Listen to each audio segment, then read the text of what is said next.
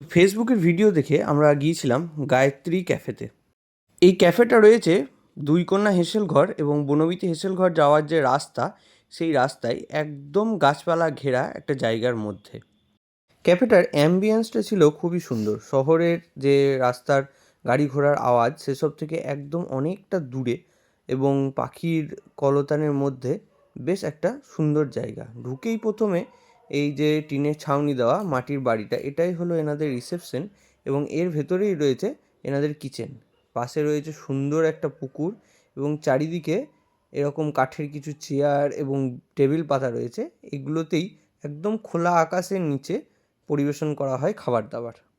আলাদা করে কোনো শৌখিনতার দরকার পড়েনি। প্রকৃতি যেন এই ক্যাফেটাকে নিজে থেকে আরও সুন্দর করে সাজিয়ে তুলেছে। পাশের যে পুকুরটা রয়েছে, এই পুকুরটাতে বেশ কিছু তখনও লাল শালুক ফুটেছিল, যে জন্য জায়গাটাকে আরও বেশ সুন্দর লাগছিল। তবে একটা কথা এখানে বলে রাখতেই হয়, যদি আপনারা যেতে চান তাহলে আগে থেকে কিন্তু রিজার্ভ করে যাবেন। তার কারণ এখানে ফাস্ট ফুড পাওয়া যায় না। ডাইরেক্ট ডাইনিংয়ের ব্যবস্থা এই মুহূর্তে নেই। এখানে প্রত্যেকটা টেবিলে একটা করে বই দেওয়া হয়েছিল। যদি কেউ ঘন্টার পর ঘন্টা সময় কাটাতে চান তো কাটাতে পারেন এখানে বসে। আমাদের কপালে জুটেছিল ওনাদের একটা স্পেশাল ফিউশন তুলসী পাতা খেজুর গুড় দিয়ে একটা চা, যেটা খেয়ে আমরা বাড়ি এসেছিলাম।